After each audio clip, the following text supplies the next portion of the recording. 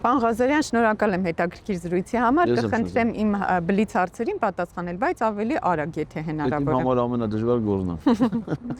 Եթե ձեր քաղաքական գործունեությունը մեկ բառով բնութագրենք, այդ բառը որը կլինի։ Նվիրում։ Ուժեղ Հայաստանը ձեզ համար քաղաքական նախագիծ է, գաղափար թե հնարավորություն։ Հնարավորություն։ Սամվել Կարապետյանի որ հատկանիշն է ձեզ ամենաշատը համոզել միանալ թիմին։ Հայրենասիրությունը։ Քաղաքականության մեջ հումորը զենք է, վահան թե փրկողակ։ Զենք։ Եթե Նիկոլ Փաշինյանին մեկ հարց տալու հնարավորություն ունենայիք առանց ուղիղ եթերի, ինչ կհարցնեիք։ Երբ եք գնալու։ Որն է եղել այն քաղաքական սխալը, որից ամենաշատն եք սովորել։ Դժվարում եմ ասել։ Քաղաքական դաշտում ով է ձեզ ամենից հաճախ զարմացրել եւ ինչով։ Ելի կդժվարանամ ասել։ Զարմացրել։ Չեմ կարող ասել, ոչ մեկ։ Եթե վաղը դառնաք падգամավոր, առաջին գրավոր հարցումը ում կուղեք։ Կախված դրանից թե ով կլինի վարչապետ։ Ինչն է ձեզ ավելի շատ նյարդայնացնում, իշխանության լռությունը թե ընդդիմության աղմուկը։ Իշխանությունը լուրջ չի, ընդդիմությունն էլ չի աղմկում։ Ձեր քաղաքական հակառակորդներից ում հետ կգնայիք սուրճ խմելու։ Ոչ մեկի։ Ձեր հումորային գրառումներից որն է ամենաշատը թանկ արժեցել ձեզ համար։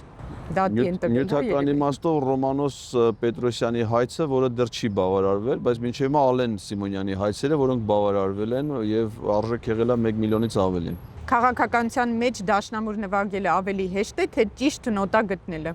Քաղաքականության մեջ դաշնամուր ես չեմ նվագում, դաշնամուր ես նվագում եմ ընտանեկան միջավայրում։ Որն է այն թեման, որի մասին կատակել չի կարելի։ Պատերազմը։ Եթե կարողանայիք մեկ օրենք փոխել, մեկ օրում որ օրենքը կփոխեիք։ Դե մենք արդեն խոստացել ենք, դա փոքր բիզնեսին հարկերից ազատելու օրենքն է։ Ձեր ամենակարճ խորհուրդը երիտասարդ քաղաքական գործչին որը կլիներ։ Լինել վճռական եւ համառ։ Քաղաքական թիմում ձեզ համար ավելի կարևոր է հավատարմությունը, պրոֆեսիոնալիզմը թե համարձակությունը։ Պրոֆեսիոնալիզմը։ Ձեր ամենամեծ քաղաքական վախը որն է։ Ունեք։ Պետության կործանումը։ Եթե ընտրողը ձեզ ասի դուք եք նախկին, ինչ կպատասխանեք մեկ նախադասությամբ։ Ես էլ կփորձեմ հասկանալ, թե ինչ բան է նախկին։ Խորհրդարանում ձեզ ավելի շատ կտեսնենք միկրոֆոնի մոտ, թե փաստաթղթերի վրա աշխատելիս։ Եվ Որն է ձեր ներքին կարմիր գիծը քաղաքականության մեջ։ Ես միշտ ազնիվ եմ եղել իմ մոտեցումների մեջ եւ չեմ պատկերացնում, թե ինչը պետք է խախտել, էլ, այսինքն այդ սահմանը չեմ տեսնում, այսինքն քաղաքականության մեջ պետք է լինել վճռական, համառ եւ նպատակին ձգտող եւ այնտեղ գծեր ես չեմ տեսնում։ Եթե քաղաքականությունը շախմատ է, դուք ձեզ ավելի շատ որ խաղաքարտն եք համարում։ Կդժվարանամ ասել։ Որն է այն հարցը, որից քաղաքական գործիչները ամենաշատն են խուսափում։ Չգիտեմ։ Շնորհակալ եմ։ Շնորհակալ եմ։ Արմուլ լրատվականի հարգելի հետևորդներ, մենք դեռ կհանդիպենք։